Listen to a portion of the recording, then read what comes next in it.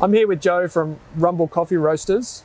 Outside, we're here in Kensington, Melbourne, and it's a roastery plus espresso bar. Espresso bar, yep, espresso bar and showroom for all our coffees. Yeah, how long have you been here? We've been here for 8 years. Yeah. 8 years, okay. Right, and as you can see behind us, this looks like a bit of a people running around. There's like a factory kind of vibe here.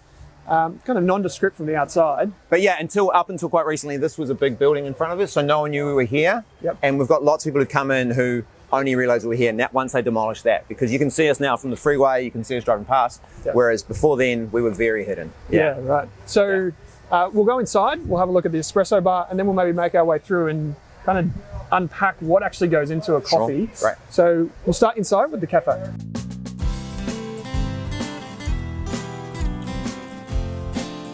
Here we are inside. Yep. So obviously, every cafe needs a coffee machine. Every cafe needs a coffee machine. We use La Marzocco coffee machines. Coffee machines in general, I've heard they're quite expensive. There's sometimes financing options for them as well. What's the ballpark range of what a typical cafe So like a two-group unit like this and a good grinder, a puck press, which is down here, which is the automatic tamping machine. You're looking, that's like 20 grand's worth of gear, more or less. Because I have heard of cafes, like I said, financing or leasing these while they're paid off over a few years, because it is such a upfront expense. How about in terms of, does it matter when you pick a machine, the coffee beans that you use? It's the machine themselves, and then they're kind of separate. You want to have, but you'd hope that if you're spending all this money on a good coffee machine, you then use good coffee. Yeah. It used to be that when these machines were rarer, you used to know, you could see one in the window of a cafe and go, oh, they're serious about their coffee because they've spent all this money. They must be using good coffee. Yep.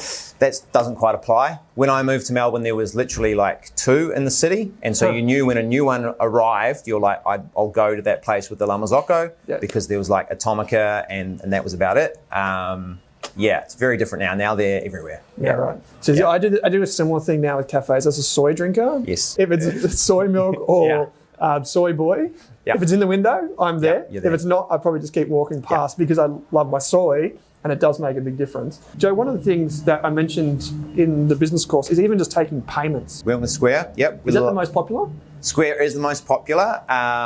We used to just have a little PayPal reader here because before the cafe, we were just selling it there, and we had a PayPal account for online stuff anyway. It's great, like it's really easy. You can follow it online. You can see how the day's going. We were limited by where the doors go. If this was going to be a high volume espresso bar, we would set it up differently, but we knew that it wasn't because of where it is. Yep. So it's here to showcase our coffee rather than make the most coffee possible in the shortest period of time.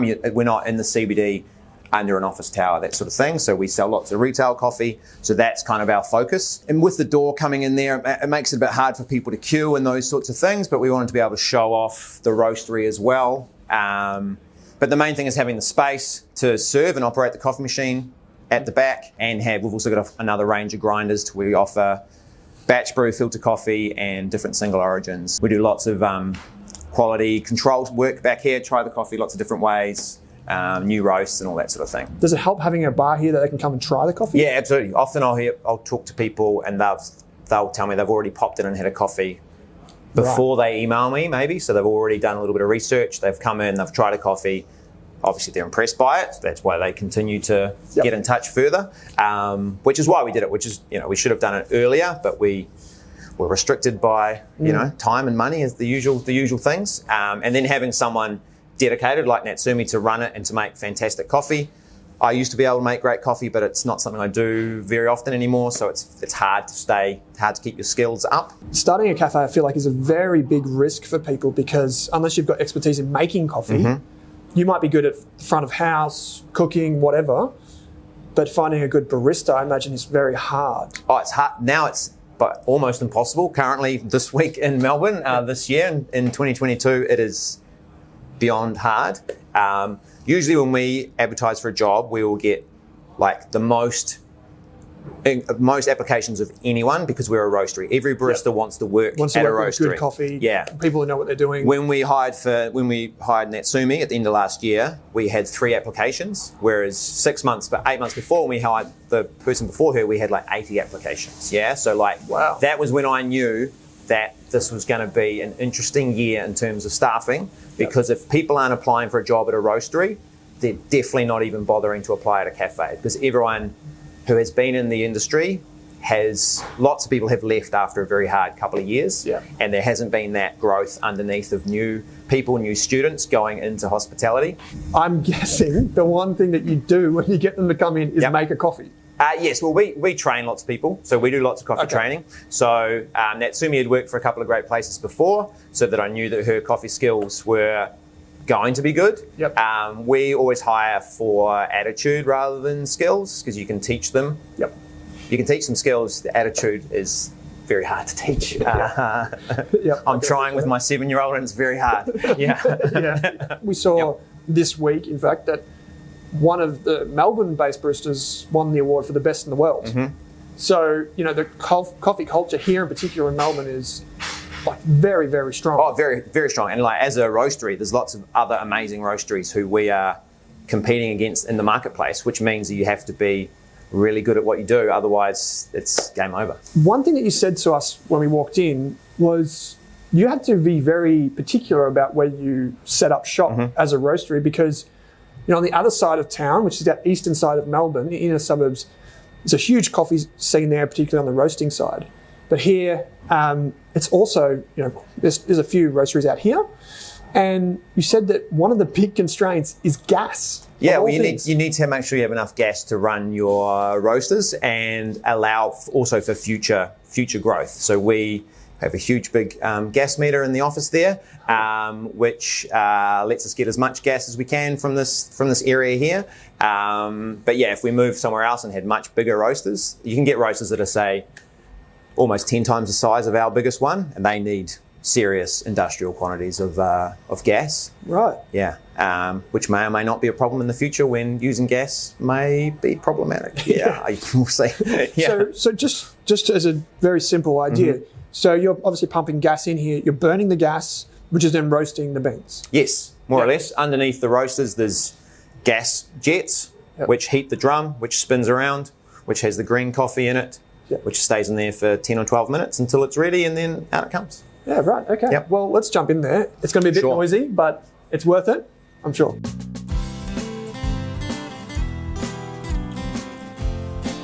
So this is where it starts. This is all of our green coffee. Well, some of our green coffee.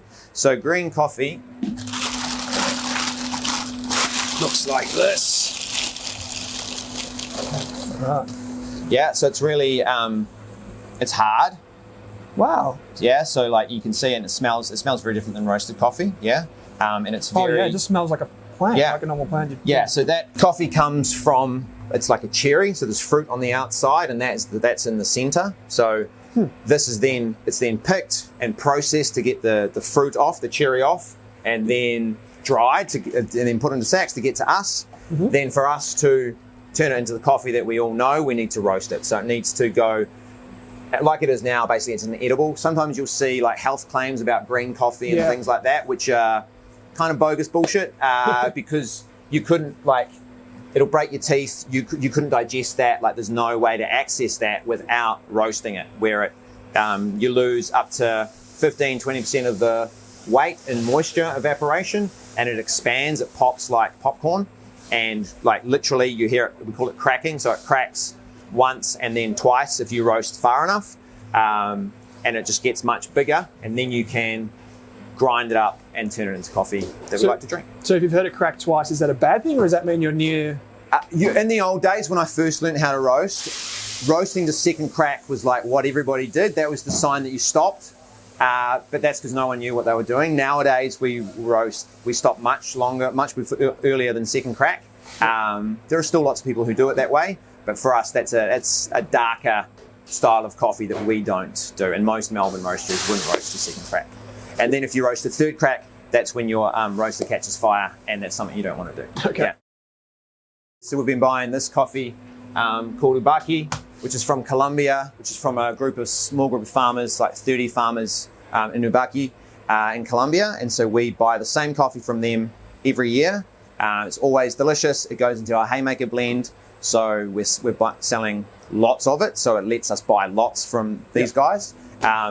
This coffee's from PNG, Papua New Guinea. Similar story, where we've been buying from them for 4 or 5 years. My business partner Matt's visited these places and visited the farms, talked to the growers. We did lots of that pre-COVID. It might restart soon, we'll see. I mean, it's a big cost for a small business. It's really worthwhile, but then you can get caught up doing it all the time and you realize when you stop, you're like, oh, okay, there's a value to it, but how much value? And that's one of those things that's quite hard to gauge, to meet the farmers and develop those relationships. So we're waiting on lots of Guatemalan coffees from a grower we work with called Marlon, who we were introduced to by somebody else. And now he'll message us while he's growing his coffee each year. He'll let us know how the crop's going. Him and Matt talk all the time during harvest and all sorts of things. So the communication's really, really good these days, and we love having that feedback. We can say to them, hey, this coffee's going really well, customers love it. We can let them know when we get great reviews, and they really love knowing what happens, because they grow this product and then send it to the other side of the world, and they're quite removed from our coffee culture and fancy espresso machines and everything we do. They're just growing these trees in Guatemala or Ethiopia or wherever. So for us, we really love being able to kind of give them at least something so they can see. We try and send them the coffee sometimes so they can see how it ends up. Because for us, they're the real heroes of the whole thing. A big problem is the growers themselves aren't collecting enough of that. No, often. Value. So at the moment, the coffee price is super high. The highest it's been for, say, 15 years. But that kind of happens every 12 or 15 years, that the coffee price will spike. Lots of people will then plant more coffee. It takes 5 years for that coffee to then produce any fruit and any cherries. And then the price will plunge again. And so for most of the time, most coffee growers aren't getting paid enough, apart from very brief periods of boom. And most of the time they're getting just a little bit above the cost of production, which means that their kids then don't want to carry on the farm. No one sees much future in it. And like for us, we're as roasters, we want to keep the industry going and thriving. And also with climate change, it's getting harder and more expensive. We need to be giving more resources to these growers who are small business people, without a lot of access to a lot of the things that we have. We need to help them, and one of the best ways we can do that is by paying more for good coffee. It's really simple. It's like cheap coffee is not good coffee. It's like it can't be. We pay it by the kilo, 60 kilos. 60 it's very kilos. heavy. Yeah. Trying to move it's very heavy. Like, come on. When you get a pallet of these coming, you have to lug them in. It's hard work. So you'd say something like this now would be like $12 to $14 a kilo. Okay. But then there are other coffees which are much more expensive, which are our single origin coffees. So we buy them in much smaller lots. So they're for like filter coffees or single origin espresso. And they can be $15, $16, $18, $20 a kilo green.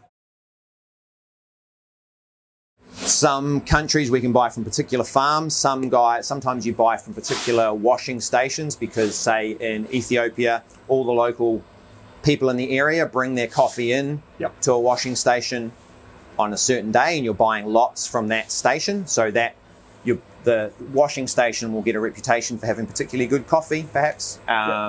You're getting more and more traceability nowadays, but it's a country by country. And that's partly what I love about coffee, is that you're always learning. There's so much to learn. Like, you're learning about the coffee itself, but also the different countries that it comes from, how they go about business. It's fascinating. Now what happens? Now we take them over here to one of our roasters, like Luke.